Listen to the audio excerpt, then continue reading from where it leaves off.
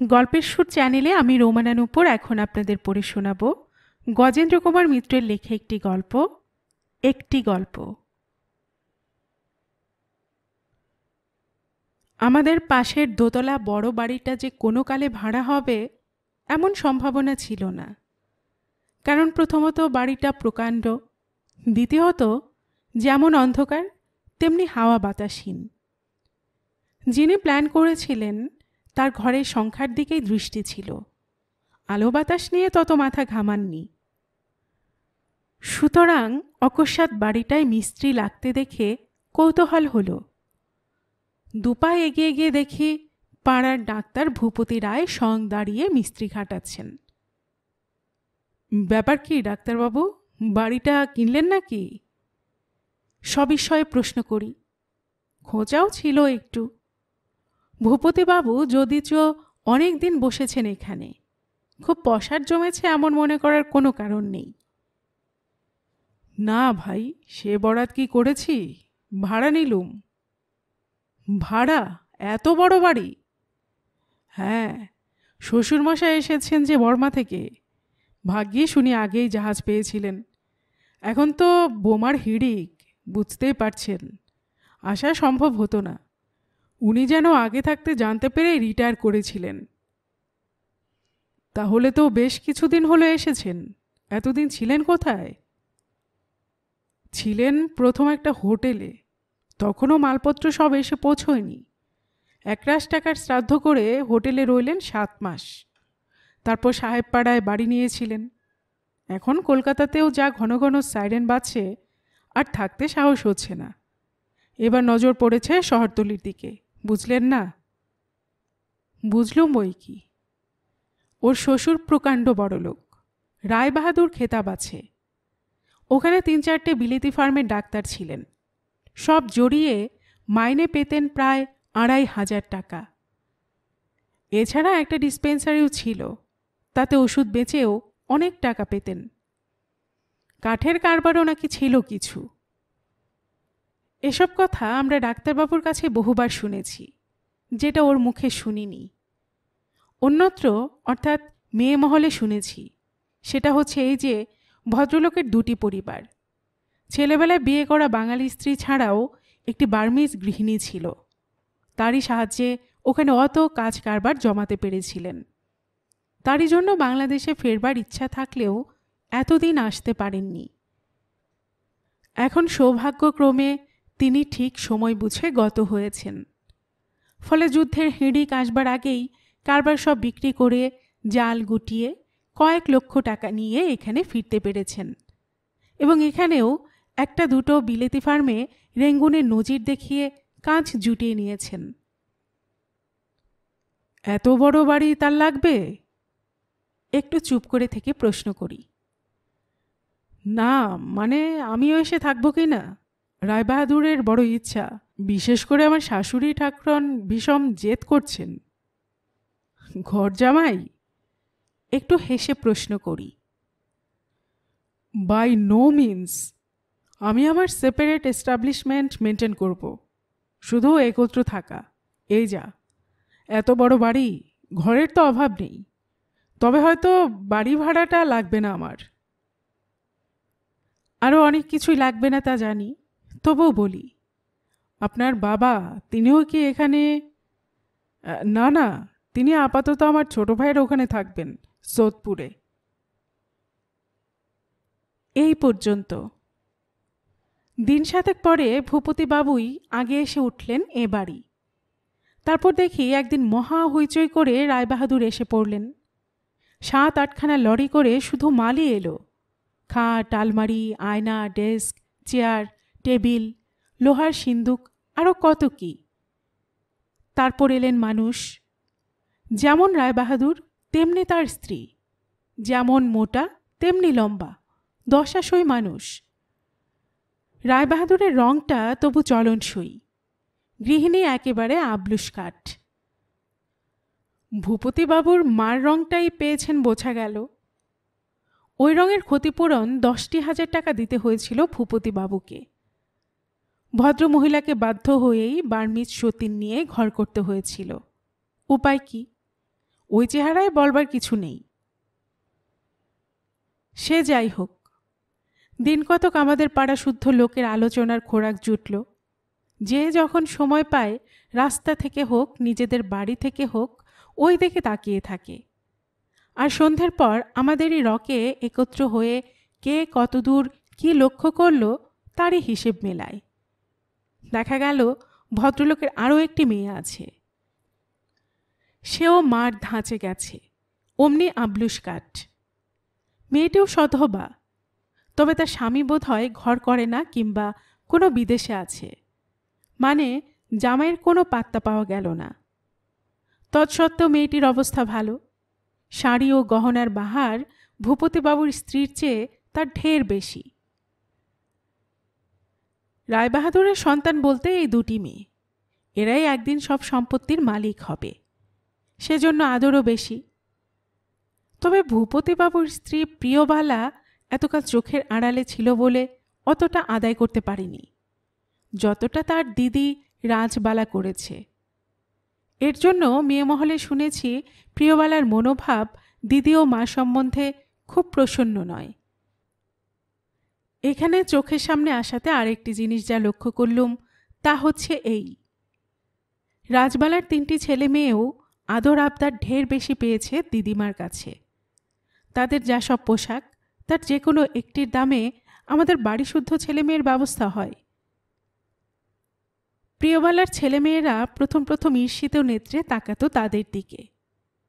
দিন কতক পরে দেখলুম দিদিমার টনক নড়েছে, তাদের জন্যও নতুন নতুন পোশাক আমদানি হচ্ছে। ভূপতিবাবু বেচারাম বাঁচলেন এবার, সেই কথাই আমরা আলোচনা করি। যা পসার ওর তাতে সংসার চালানো কষ্টকরই ছিল। বলা বাহুল্য ওর সেপারেট এস্টাবলিশমেন্টের কোনো চিহ্নও কোথাও দেখতে পেলুম না। রায়বাহাদুরের ঐশ্বর্যের চমকটা আমাদের এই শহরতলির কেরানি প্রধান পাড়ায় বেশ একটু আলোড়নের সৃষ্টি করল। ঝি, চাকর, ঠাকুর, আয়া, বড়লোকের যেগুলি অবশ্য পালনীয় সেগুলি সবই আছে। বাজারে সেরা মাছ যায় ওদের বাড়ি। গ্যারেজের অভাবে নাকি গাড়ি কিনতে পারছেন না, তবে যখনই উনি বেরোন না কেন ট্যাক্সি ছাড়া এক পা নড়েন না। প্রত্যহ চাকরি করতে যান, সেজন্য একটা ট্যাক্সির সঙ্গে মাসিক বন্দোবস্ত করা আছে। জমেও বাড়ির দালালরাও হাঁটাহাঁটি করছে, কিন্তু এই যুদ্ধের ফলাফলটা না দেখে উনি নাকি মনস্থির করতে পারছেন না। তা হোক, রায়বাহাদুরের যে সম্পদ আমাদের মনে সবচেয়ে ঈর্ষার সৃষ্টি করল তা কিন্তু ওর পুরনো চাকর হারান। এমন বিশ্বাসী এবং কর্মঠ ভৃত্য যে এ বাজারে পাওয়া যায় তা আমাদের ধারণার বাইরে ছিল। বহুদিনের চাকর নিশ্চয়ই, কারণ এক কর্তা এবং গিন্নি তাকে নাম ধরে ডাকেন, আর সবাই বলে হারান্দা। ডাক্তারবাবু বলেন হারান্দা, ছেলেমেয়েরাও বলে হারান্দা। অনেক দিনের চাকরকে লোকে দাদাই বলে। এরা যে এখনও সে ঐতিহ্য বজায় রেখেছেন তা দেখে আমাদের ভালোই লাগত। খয়া ঘষায় একরত্তি মানুষ, রং এককালে ফর্সায় ছিল, এখন সেটা পুড়ে তামাটে হয়ে উঠেছে। বয়স কত তা অনুমান করবার উপায় নেই। মাথার চুল পাকেনি বটে, তবে এত পাতলা হয়ে গেছে যে হারান কোথাও বেরোবার আগে জলে ভিজিয়ে সযত্নে সেগুলো পেটো পেড়ে আঁচড়ে নেয়। তবু মাথার চামড়া সম্পূর্ণ ঢাকা পড়ে না।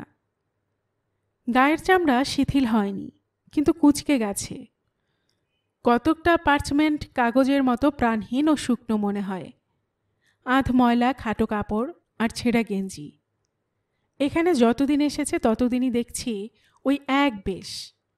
কেবল 10:30টায় যখন পোস্ট অফিসে ডাক আনতে যেতে হয় কিংবা ভূপতিবাবুর কোনো প্রয়োজন থাকলে ওর বালিগঞ্জের চেম্বারে ভাত পৌঁছে দিয়ে আসতে হয়, তখন সেই ময়লা কাপড়েরই কোচাটা কোমর থেকে খুলে কোচা দেয় এবং একটা ছিটের শার্ট কোথা থেকে বার করে পরে, অর্থাৎ বেশ সেজে গুজেই যায়। তবে জুতোর বালাই নেই, না রাজবেশে না রাখাল বেশে। কিন্তু খাটুনিটা কি সাধারণ খাটে? আমাদের পশ্চিমের জানলাটা দিয়ে ওদের বাড়ির অনেকখানি দেখা যেত, এবং যেহেতু সেই ঘরটি আমার, সেই হেতু অনেক সময় অনিচ্ছাতেও অনেক কিছু দেখতে হতো। দেখতুম ভোরবেলা কেউ চোখ খুলবার আগেই হারানকে উঠে উনুনে আঁচ দিতে হতো। অন্য যে চাকরটি ছিল তাকে ডেকে তুলতে গেলে মিনিট 10 কসরত করতে হয়। কাজেই উনুনে আঁচ দেবার ফাঁকে ফাঁকে তাকে ডাকা চলত। তারপর সে যেত দুধ আনতে। হারান তখন ঠাকুরের দৌড়ে গিয়ে চা দেবে। ঠাকুর উঠে প্রাতকৃত্য করতে যাবেন। ততক্ষণে হাওয়া দিয়ে উনুন ধরাবার কাজও হারানের। উনুন ধরলে চায়ের জল বসানো, কর্তা গিন্নি 2 মেয়ে জামাই এদের চাই বেটটি, সে চা করে ওকেই দিয়ে আসতে হতো ঘরে ঘরে। এইবার রঙ্গমঞ্চে দেখা দিতেন ঠাকুরমশাই। তিনি যতক্ষণে দুধ চাপিয়ে ছেলেদের দুধ গরম করতেন, ততক্ষণে হারানকে পাউরুটি কেটে বিস্কুটের টিন খুলে মাখন সংগ্রহ করে রাখতে হতো। ছেলেমেয়েদের টোস্ট, বিস্কুট, সন্দেশ, দুধ খাওয়ানো সে এক গর্ব। সে ভারটি সম্পূর্ণ হারানের। কাউকে ধমক দিয়ে, কাউকে বাপু বাছা করে, কাউকে বাসি কিনে দেবার লোভ দেখিয়ে দুধ খাওয়াতে হবে। অমন করে নাকি হারানের মতো কেউ খাওয়াতে পারে না, ওদের মায়েরাও না। তাই সে কাজ শুধু ওরই। এরপর যেদিন ঝি এসে জুটল, সেদিন সেই জলখাবারে জোগাড় দিল ঠাকুরকে, নইলে সেটাও হারানের ডিউটি। কোনোদিন লুচি আলু ভাজা, কোনোদিন হালুয়া বেগুনি, কোনোদিন বা সিঙ্গাড়া পুডিং। এসব পর্ব চুকলে 1 পেয়ালা চা অদৃষ্টে জুটল তো ভালোই। সেটা জুটলে অবশ্য পেয়ালায় সানায় না। হারানের কলাইয়ের প্রকাণ্ড মগ আছে, সেই মগ ভর্তি চাই ওর। নইলে সে মায়াও ত্যাগ করে বাজারে ছুটতে হয়। এই বাজার যাবার পথে চন্টুর দোকানে বসে একটা বিড়ি খাওয়া, এইটুকু ছিল ওর বিলাস বলুন, অবসর বলুন, সব। চন্টু ওই বিড়িটি বিনামূল্যে দিত, বড় খদ্দেরের চাকর বলে। নইলে নাকি বাড়িতে বিড়ি খাবার হুকুম নেই, গিন্নির মাথা ধরে। বাজার তাও ফরমাস বিশেষে 1বার কি 2বার যেতে হবে। 2 হাতে 2 থলি নিয়ে এলেই যেদিন কাজ চলত, সেদিনেও একবারেই বেচারার পরিত্রাণ, নইলে আবার ছুটতে হতো একবার। বাজার গেল তো মুদিখানার প্রয়োজন, তারপরে এটা ওটা 5 ফরমাস। হারান, একবার এইটে টেলিফোনে বলে এসো তো। হারান, একবার থোপার বাড়ি যাও দেখি, কি করলে মাগি 10 দিন কাপড় নিয়ে গিয়ে দেখে এসো দেখি। কিংবা ভূপতি বাবুর, হারান্দা, কাল ডাইং ক্লিনিং থেকে আমার পোশাকটা এনে রাখুনি, যাও যাও এক্ষুনি বেরোতে হবে। নয়তো, হারান্দা, দর্জি কি বললে কাল, যাওনি? একটা কাজ যদি মনে করে করবে, যাও খোঁজ নাও গে। এছাড়া ছেলেরা তো আছেই। হারান্দা, পেন্সিল, হারান্দা, আমার কাগজ। এইসব করতে করতেই 9টা বাজবে। তখন ছেলে মেয়েদের স্নান করানো, ভাত খাওয়ানোর পালা। ওরা কেউই নাকি হারান্দা ছাড়া আর কারোর হাতে বাগ মানে না। সেসব পর্ব শেষ করতে করতে 10টা বাজে। তখন যেতে হয় ডাকঘরে। সেখান থেকে ফিরে কর্তার খুচরো ফরমাস থাকে। বালিগঞ্জ, কসবায় ছুটোছুটি, কয়লা ঘুঁটে প্রভৃতি সংসারের বাজে ব্যাপারে নজর রাখারও তার এই অবসর। একেবারে 12টা নাগাদ কর্তা বেরিয়ে গেলে ঠাকুরের মনে পড়ে যায় হারানকে জলখাবার দেওয়া প্রয়োজন। ও হারান্দা, আজ কি জলখাবার খেতে হবে না?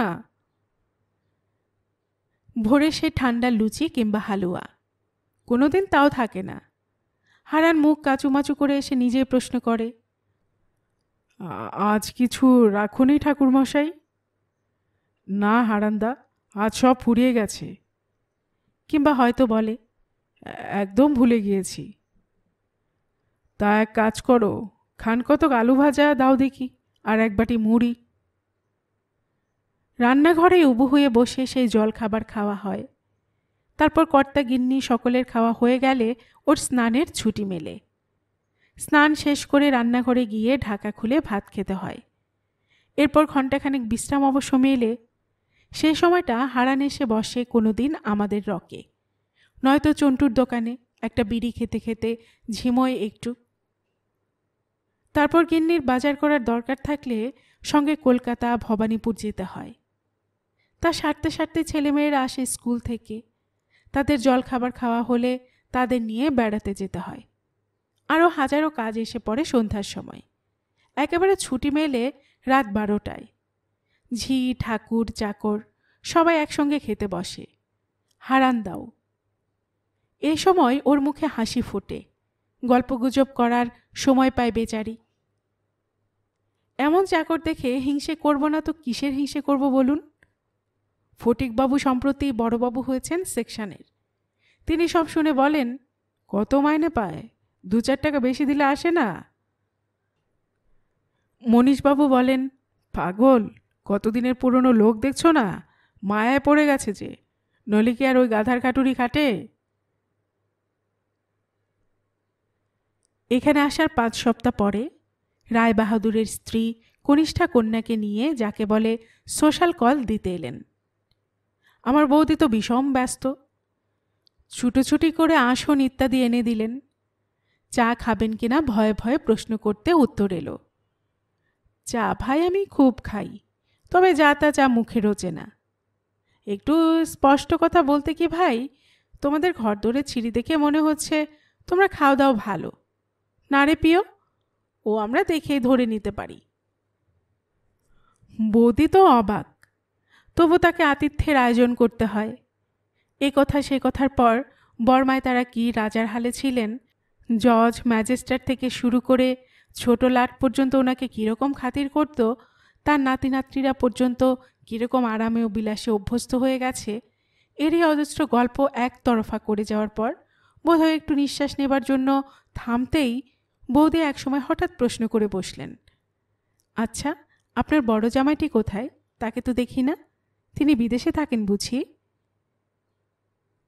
এ প্রশ্নের যে ফল হলো একেবারে অদ্ভুত। প্রিয়বালা মাথা হেট করে একখানা মাসিক কাগজের পাতা উল্টাতে লাগলেন, আর গৃহিণী একটা দীর্ঘশ্বাস ফেলে জালনা দিয়ে বাতাবি লেবু গাছটার দিকে চেয়ে রইলেন। বৌদি তো অপ্রস্তুতের এক শেষ। আমি আমার ঘর থেকে সবই দেখতে পাচ্ছিলাম। আমারও লজ্জার শেষ রইল না। হয়তো অত্যন্ত দুঃখের কোনো ব্যাপার, হয়তো মারাই গেছেন, কি পালিয়ে গেছেন কোথাও, কিংবা আর কিছু। সিঁথিতে সিঁদুর আছে কিনা দূর থেকে তাও তো বোঝা যায় না। গৃহিণী অনেকক্ষণ পরে কথা কইলেন, না বললে তোমরা বুঝতে পারতে না বাছা, কিন্তু কি জানো, মিছে কথা আমি মোটে বলতে পারি না। সেজন্য রায়বাহাদুরের কাছে আর কত বকুনি খাই। সে ভাই আমার পোড়া বরাত, বলতেও লজ্জা করে। বৌদি বাধা দিয়ে বলতে গেলেন, থাক থাক, না হয় নাই বললেন। না বাছা, আজ হোক কাল হোক একদিন শুনতে পাবেই। মিথ্যে মিথ্যে চেপে গিয়ে বা কী লাভ? আমার তো ভাই এ দুটি মেয়ে শেটের, বড় আদরের, তাই শখ হয়েছিল ঘর জামাই রাখব। ও বর্মা মুলুকে ভালো ছেলে তো পাওয়া যায় না। সজাত সঘর একটি ছেলে পেলুম, দিব্যি ফুটফুটে দেখতে। তখন স্কুলে পড়ছে। মেয়েও আমার ছোট, সবে 10 বছরের। ছেলের বাপকে 10,000 টাকা গুনে দিয়ে ছেলে নিয়ে এলুম ঘরে। যে স্কুলে পড়তো সেই স্কুল ছাড়িয়ে ভালো স্কুলে দিলুম, ভালো মাস্টার রাখলুম। ইচ্ছে ছিল ভালো করে পড়িয়ে ডাক্তার করব, ওনার জায়গায় বসবে। ভাই এমন মন্দ অদেষ্ট, শিব করতে গিয়ে বাদর হলো। ম্যাট্রিক আর কিছুতেই পাশ করতে পারলে না। 6 বছর চেষ্টা করে ছেড়ে দিয়ে ঘরে এসে বসল। তাই এমন, শ্বশুরের ব্যবসা বাণিজ্য দেখ একটু, কত কর্মচারী রয়েছে, মাইনে নিচ্ছে, তুই না হয় সব বুঝে পড়ে নে। তা নয়, এমন ছোট লোক ঘেঁষা, কেবল ঝি চাকরদের সঙ্গে মিশবে, গল্প করবে, আর যত ঘরকন্যার কাজ দেখবে। উনিও ওকে কারবারে বসাতে চাইলেন না, বললেন কি পরিচয় দেব? তারপর তো এই চলে এলুম, ব্যাস হয়ে গেল। কেমন যেন যুবথুবু মতো হয়ে গেছে, নইলে ভাই অত বয়স ওর নয় যা দেখায়। ছেলেও হয়েছে বিয়ের অনেক পরে, ওই 3টি। বৌদি তবু বুঝতে পারলেন না, একটু তাকিয়ে থেকে বললেন, আপনার সে জামাই কি এখানে আছেন? হো মা, বুঝতে পারোনি? ওই যে হারান, বাজার হাট টাট করে। হারান? হারান্দা এদের জামাই? কি সর্বনাশ!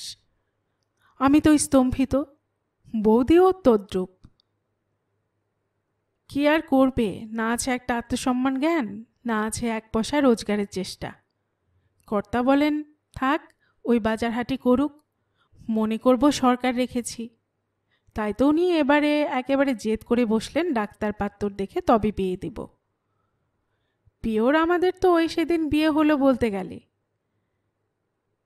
বৌদি আর থাকতে পারলেন না, বললেন তবুর পোশাক আশাকগুলো তো একটু দেখে শুনে। পোড়া কপাল, ও কি সেই মানুষ অমনি থাকতেই ভালোবাসে? বৌদি এ কথা সে কথার পর আরেকটি প্রশ্ন করলেন, আচ্ছা ওর ছেলে মেয়েরাও কি ওকে হারান্দা বলে? ঈষৎ অপ্রতিভ হয়ে গৃহিণী বলেন, হ্যাঁ মানে ওই শুনে বলে আর কি। যা ছিড়ির বাপ, বাপ বলে না জানাই ভালো। এরপর দীর্ঘদিন কেটে গেছে। ইতিমধ্যে হারান্দার সঙ্গে ভাব জমে গেছে। কতকটা ইচ্ছে করে ভাব করেছি, 2 পয়সার বিড়ি কিনে রেখে দেই, এসে রকে বসলেই একটা বিড়ি আর দেশলায় বার করে দেই। দেখতে দেখতে ওর কপালের পার্চমেন্টের মতো কোচকানো চামড়া যেন খুলে মসৃণ ও বিস্তৃত হয়ে যায়। মুখে হাসির মতো একটা উজ্জ্বলতাও ফুটে ওঠে। নানান গল্প করেন হারান্দা, বর্মা মুলুকের গল্প, ওর বাপের বাড়ির গল্প, মা ভাই বোন। পদ্মফুলের মতো সুন্দরী একটি ছোট বোন ছিল, তার কি হলো কে জানে। বিয়ের পর এরা আর কোনো খোঁজ খবর রাখতে দেননি। বোমার হিড়িকে পালাতে পেরেছিল কি জাপানিদের হাতে রইল কি মারাই গেল। ছেলেবেলায় ওর একটি বার্মিজ মেয়ের সঙ্গে ভাব হয়েছিল, খুব সুন্দরী সে। ওর বিয়ের খবর পেয়ে আর সে কথা কয়নি ওর সঙ্গে, আর কখনো না। এমনি নানান গল্প, টুকরো টুকরো অসংলগ্ন। আমার মনে হয় এই জীবনযাপন করে করে ওর মাথাতেও একটা গোলমাল হয়েছে। বেশিক্ষণ একটা জিনিস ভাবতে পারেন না, গুছিয়ে কথা বলতেও পারেন না। একদিন সোজাসুজি জিজ্ঞাসা করে বসি, আচ্ছা এমনটা কি করে হলো হারান্দা? কি ভাই, এই যে বিনে মাইনের চাকরের স্তরে নেমে এলেন? সাহস করেই বলি, জানি যে কারোর অপমানে আর রুষ্ট হবার ক্ষমতা নেই ওর। হারান্দা কিছুক্ষণ মৌন থেকে বললেন, কেমন করে যে হলো তা জানি না, প্রথমটা খুব যত্ন করেছিলেন এরা, বড় মানসির চূড়ন্ত, তাতেও কতকটা যেন অমানুষ হয়ে গেলুম। আর সত্যি কথা বলতে কি, বিয়ে করে সুখী হইনি, মন ভেঙে গিয়েছিল, কেমন একটা যেন জেদ চেপে গিয়েছিল। যে লোভে এরা ষড়যন্ত্র করে আমার এমন করলো, সেই লোভে ঘা দেব জীবনটাকে নষ্ট করে দিয়ে। নইলে লেখাপড়ায় আমি খুব খারাপ ছিলাম না, সে খবর ওরা আমাকে কেনবার আগে ভালো করেই নিয়েছিলেন। তারপর তারপর আর কি, যখন সত্যি অমানুষ হয়ে গেলুম, এরা তাচ্ছিল্য আর অবহেলা শুরু করলো। যত করে তত যেন আরও অমানুষ হয়ে যায়, কতকটা জন্তুর মতো আর কি, বোঝো না?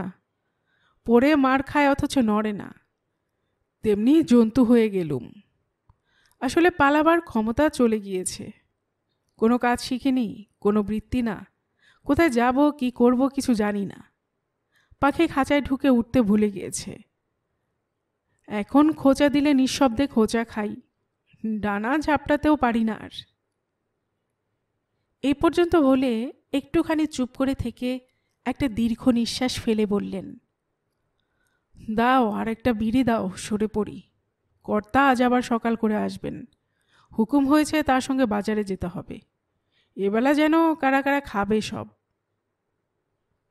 নিঃশব্দে বসে আরেকটি বিড়ি টেনে নির্বিকার প্রসন্ন মুখে উঠে চলে যান।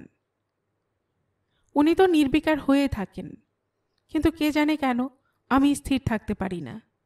ওরে জানোয়ারের মতো পড়ে মার খাওয়া আমার গায়ে যেন ছুঁচোর মতো বিদ্ধ। কোনো মতে ওকে এখান থেকে সরিয়ে নিতে পারলে আমি যেন বেঁচে যাই, এরা জব্দ হোক। আমার রকম সকম দেখে বৌদি হাসতেন। তুমি এমন গজরাচ্ছ কেন? বলে যার বিয়ে তার মন নেই, পাড়াপড়শির ঘুম নেই, তোমার হয়েছে তাই। আবার নিজেই বললেন, তাও বলি, মানুষটাকে নিজেরা বোটা ছিঁড়ে এনে ওর ভেতরে প্রাণশক্তি নিঃশেষ করে দিয়ে এখন অমন করে থ্যাতলাবে কেন? তাইতে আমার আপত্তি। তাছাড়া নিজেরা করেছে অমানুষ, এখন আবার অমানুষ বলে গাল দেয়। আর ওর বউটাই বা কি? এধারে তো শাড়ি গয়নার শেষ নেই, কিন্তু যার জন্য শাড়ি গয়না পরা তাকে এত হেনস্তা। ও মানুষটা না থাকলে কি করতে তাই শুনি। আমি অনেক ভেবে ভেবে একদিন কথাটা পারি হারান্দার কাছে। হারান্দা, এখান থেকে চলে যেতে চান? চমকে ওঠে হারান্দা। এখান থেকে চলে? সে কি, কোথায় যাবেন? কোথাও? খাবো কি ভাই? চাকরি করবেন? কি চাকরি করব ভাই? আমাকে কে কাজ দেবে? যদি দেয়, আমি যদি জোগাড় করে দিই। লেখাপড়া যা শিখেছিলুম সব তো ভুলে গিয়েছি, কি কাজ করব? লেখাপড়া না হলেও চলবে, সরকারি অফিসে বেয়ারা চাকরি। দেখুন, মাইনে কম বটে, কিন্তু যুদ্ধের দৌলতে অ্যালাউন্স ট্যালাউন্স নিয়ে প্রায় 55 টাকা পাবেন। থাকবার জায়গাও করে দিচ্ছি, নিজে শান্তিতে নিরাপদে থাকতে পারবেন। খানিকটা চুপ করে থেকে হারান্দা বললেন, হাজার হোক, তবু এখানে শ্বশুরবাড়িতে আছি। এ আশ্রয় ছেড়ে বেয়ারা চাকরি করতে যাব? লোকে কি বলবে? একে কি আপনি শ্বশুরবাড়ি থাকা বলেন হারান্দা? এ কি সম্মানের থাকা? বোমার মতো ফেটে পড়ি আমি। সরকারি অফিসের বেয়ারা, কত ম্যাট্রিক পাস ছেলে মাথা কুটে মরছে ওই চাকরির জন্য, দেখুন গে যান। তাতে আপনার মান যাবে? কে দেখছে? কে আপনার পরিচয় পাবে? কলকাতায় চাকরি করবেন, ওখানেই থাকবেন, বলবার মতো লোকটা পাচ্ছেন কোথায়? অত্যন্ত দ্বিধার সঙ্গে বলেন, তা বটে, তবে কি জানিস ভাই, বহুদিনের অভ্যেস। দেখি, একটু ভেবে দেখি। এরপর থেকে আমার কাজ হলো দেখা পেলেই হারান্দাকে তাতানো। এতে যেন একটা ষড়যন্ত্রের স্বাদ পেতুম। বিদ্রোহে উদ্বুদ্ধ করে ষড়যন্ত্রকারীরা যে উত্তেজনা পায় তারে কতকটা অনুভব করতুম। কিন্তু হারান্দাকে তাতানো যেন শিব অসাধ্য কাজ। বড় দুর্বল মানুষটা, শুধু দেহে নয়, মনেও। নতুন করে জীবন আরম্ভ করতে যেন সাহসে কুলোয় না ওর কিছুতেই। সে ছবি মনে আঁকতে গেলেই কপালে ঘাম দেয়। অবশেষে একদিন বললেন, হাজার হোক, নিজের ছেলেপুলে ছেড়ে। যে ছেলেপুলের আপনাকে বাবা বলে জানলই না, তাদের কাছে থেকেই বা কি সুখ? বরং চলে যান। নিজের পায়ের উপর ভর দিয়ে দাঁড়ালে চাই কি একদিন ওরাই আপনার মূল্য বুঝবে, একদিন ফিরিয়ে আনতে চাইবে মাথায় করে। সসম্মানে ফিরতে পারবেন তখন। কিছু যে মনুষ্যত্ব এখনও আপনার আছে, তা ওদের বুঝতে দিন। তবু হারান্দার সেই এক কথা, তা বটে, দেখি, একটু ভেবে দেখি। অবশেষে একদিন সামান্য কি একটা বাজারের খুঁত ধরে রায়বাহাদুর কঠোর তিরস্কার করাতে কি মনে হলো ওর, আমার কাছে বললেন, দুত্তর, তুমি ভাই দেখো, ব্যবস্থা করো যা হয় একটা। তবে বলে কয়ে যেতে পারবো না, সে সবাই মিলে এমন হইচই করবে।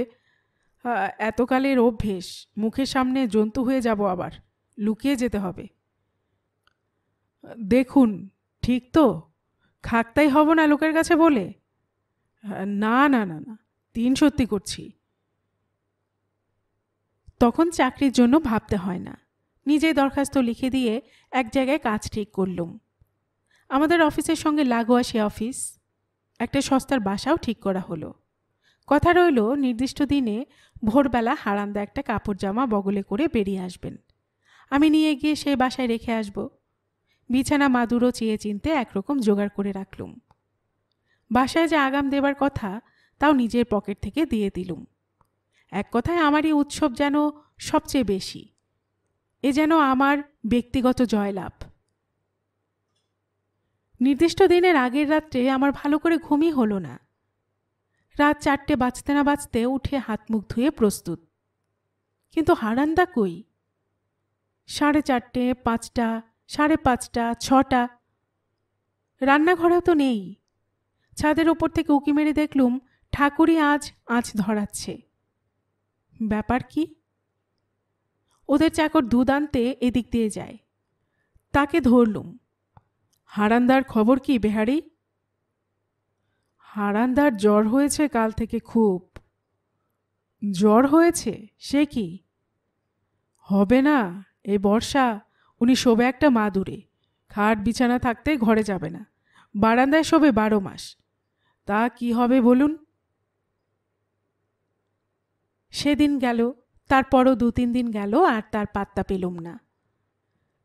দিন চারেক পরে একদিন দেখি মুড়ি সুড়ি দিয়ে এসে হাজির। হৈ হৈ করে উঠলুম, কি ব্যাপার, কি হারান্দা? দিলেন তো সব কাচিয়ে। কি জ্বর হয়েছিল? ইনফ্লুয়েঞ্জা? একটু চুপ করে থেকে হারান্দা বললেন, আসল কথা কি শুনবি ভাই? তোর ওই মতলবের কথা ভেবে ভেবে ভয়ে আমার জ্বর এসে গেল। সে কি তাহলে? ও প্ল্যান একেবারে ছেড়ে দিলেন নাকি? হ্যাঁ ভাই, আমাকে মাপ কর। আসলে বড্ড মায়ে পড়ে গেছি ওদের, কাটিয়ে যাবার আর সাধ্য নেই। মায়ায় পড়েছেন? কার? ছেলে মেয়েদের? শুধু ছেলে মেয়ে বা বলি কি করে, বউটাও। দেখে না দেখে না, সেদিন যেমন শুনলে জ্বর হয়েছে, জোর করে ঘরে নিয়ে গিয়ে নিজের বিছানা থেকে তোশক বার করে দিয়ে দাঁড়িয়ে থেকে ঘরে বিছানা করিয়ে শোয়ালে। এ কদিন ঘরে শুতে হচ্ছে বাধ্য হয়ে। ভালোও বোধ হয় বাসে একটু। এদের ছেড়ে যায় কি করে বলো দেখি? এই বলে কেমন একরকম দুর্বলভাবে হাসেন একটু, অপ্রতিভ ভাব। তাহলেও মুখে বেশ যেন একটা তৃপ্তি ফুটে উঠেছে। একটা বিড়ি খেয়েই উঠে পড়েন। দেখি একবার মিউনিসিপ্যাল মার্কেটে যেতে হবে। প্রিয়বালার ভেটকি মাছের কাটা খাবার শখ হয়েছে। পোয়াতে কি না, ওসব উদ্ভট শখ। উঠি ভাই, কিছু মনে করিস না। ব্যস্তভাবে চলে যান হারান্দা।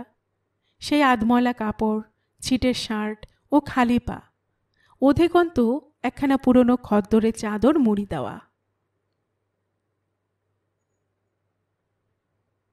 গল্পের সুর চ্যানেলে এতক্ষণ আপনারা শুনছিলেন গজেন্দ্র কুমার মিত্রের লেখা একটি গল্প। আর এতক্ষণ গল্প পাঠে আমি আপনাদের সাথে ছিলাম রোমানা নূপুর।